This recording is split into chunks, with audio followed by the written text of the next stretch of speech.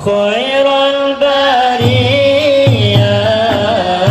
نظر إلي ما أنت إلا كنز الحبية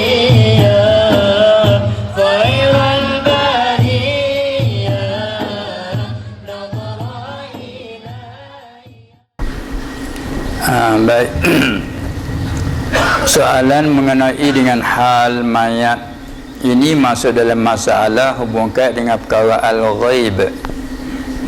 Nah, bila perkara al-ghaib, bagaimana yang dikatakan tadi, kita ada amalkan apabila 3 langkah kita baca. Bagaimana pula dengan mayat yang tenggelam, apalagi masalah juga umpama kebakaran. Nah, tu nak langkah tak boleh dah, dia tak ada dah. Mana amalan itu hanya kepada yang zahir, umpama mayat yang kita di atas pengusung, sini panggil pengusung dah, mayat di atas pengusung, jenazah panggil. Itu ya kita masalah kita nak bawa pergi ke kubur kan. Kita bawa je lakah. Ada pihak yang tenggelam mana? Tenggelam lenyap raib lah. Itu tak masalah ni, sembahyang pun tidak dilakukan. Cuma ni kita pulang kepada doa je lah. Sebab kita maklum bahawa amalan-amalan yang tersebut tadi itu hubungkan dengan yang zahir. Apabila mayat, tengok kita disolatkan jenazah, itu pun dengan syarat apabila kuasa memandinya. Kalau mayat itu tak dapat kita memandi, maka tidak wajib kita solat ke atasnya sebab tak cukup syarat.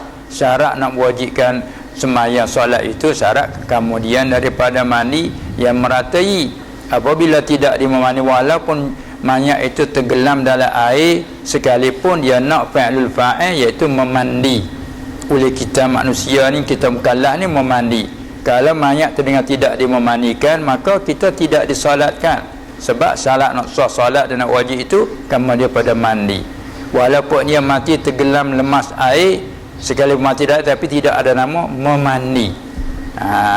Itulah. Jadi apa yang dicakap mengenai dengan kubur, dengan apa tu, muraknya barzakh.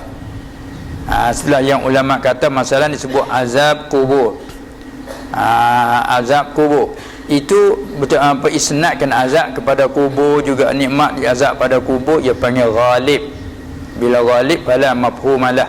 Sebab itu kalau yang mati tidak ditanam di kubur, umpama dimakan binatang, kebakaran, dan semua tadi tenggelam, lemas semua sekali, itu apa yang kata azab kubur tu sabitkan, tapi tak panggil kubur kerana murak dengan kubur situ barzakh.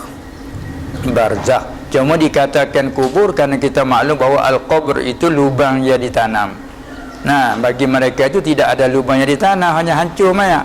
Tapi dikatakan sabit juga azab kubur ataupun nikmat kubur. Dikatakan idhafah azab nikmat kepada kubur panggil ghalib saja. Bila ghalib tu panggil la mafhumalah. Begitulah yang amalan tadi. Kata 3 langkah, pasti masalah kita dalam mayat, bawa mayat. Bila mayat dia tenggelam, tak ada lah. Yang tu hanya kita pulang kepada doa saja. Yang itu menjadi kewajipan atas kita orang hidup. Masalah sembahyang, apa bacaan ke apa tu atas kita orang hidup. Kalau kita tak dapat nak lakukan macam yang zahir tadi, kita doakan.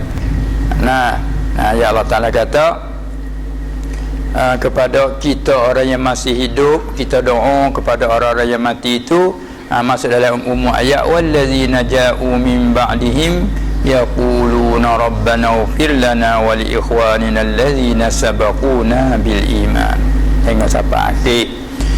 Dan bagi pula khilaf ulama di kalangan kita orang yang hidup, boleh melakukan amalan terhadap orang mati tak atas khilaf, baik dari segi bacaan, dari segi amalan solat, isim apa ganti darinya, itu semua ada masalah khilaf. Yang kita ada amal juga ni kerana tilik pada setengah-setengah ulama.